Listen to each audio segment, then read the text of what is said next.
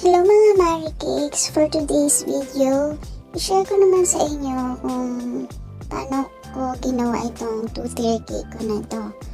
Ang cake ko ay chocomoise and then chocolate ganache yung filling, then 8x4 yung cake ko na to. Then sa first tier niya, naglalagay ako ng sago straw. Ayan.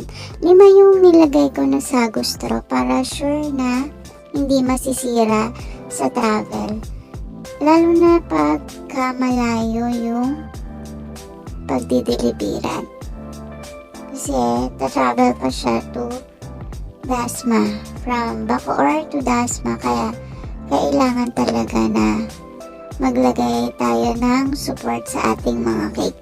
Pero dapat inform natin si client or si customer na naglagay tayo ng mga double stick or sago straw sa cake nila. Kasi baka magulat sila pag slice nila meron straw or stick. Diba? Kaya dapat i-inform natin sila para hindi sila magugulat. Ayan, nag-final coating na ako. Ang theme pala nitong cake ko na itong gagawin ay Minecraft. Ayan. And then, pagka lalagyan ko din siya ng stick, double stick. Yung stick barbecue stick yan. Yan yung makapal siya, pang barbecue or yung pang banana Q stick. Ayan, second tier 6x3 yung second tier ko. Then ibabaon ko siya sa pinaka drum board. Yan, para hindi talaga siya gagalaw. Yan, ibabaon ko siya. Wala akong pang pokpok dyan, kaya ginamit ko yung spatula ko. Yan, then naglalagay din ulit ako ng sago straw na 4 pa. Para sure talaga na hindi talaga masisira yung cake natin. Yan. Then final coating na dito sa second tier. Yan, then pakikinisin ko lang ito ng kaunti. Yung ginamit ko pala na whipped cream dito ay mix siya na whip it tsaka ever whip.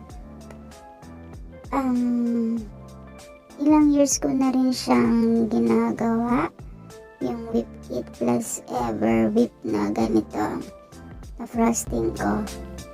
1 year na rin siya mahigit ko siyang ginagawa. Then, nilagyan ko lang ng mga dahon, mga damo pala, sorry. Yan, pati din sa, ilalim, nilalagyan ko din siya ng mga grass or dahon. Yan, kasi Minecraft nga to. Dahil lalagyan ko din siya ng, ayan yung pinaka lupa niya. Yan, pwedeng raspberry ham. Ako, yung nilagay ko is yung cream o yan ay cream o or Oreo, pwede rin. Basta, it's up to you kung ano yung gusto mong ilagay. Then, ayan, drip na pala ako nito. Ayan. Melted chocolate siya. Melted chocolate yung drip ko. Yan. Diba? Then, pati sa first tier.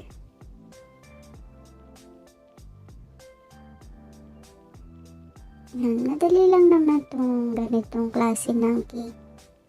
Actually, before, hindi pa talaga ako marunong gumawa ng cake. Last year lang ako talaga gawa talaga nag-accept ng mga orders. Before, nag-accept ng paisa-isa, pero ngayon, mas marami na yung mga order sa akin. Kasi nakikita nila talaga na nag-improve na talaga yung paggawa ko ng cake. Yan. Nalalagyan na natin yung Minecraft. Yan. Dinagdagdag lang ako ng mga damo-damo. Yan.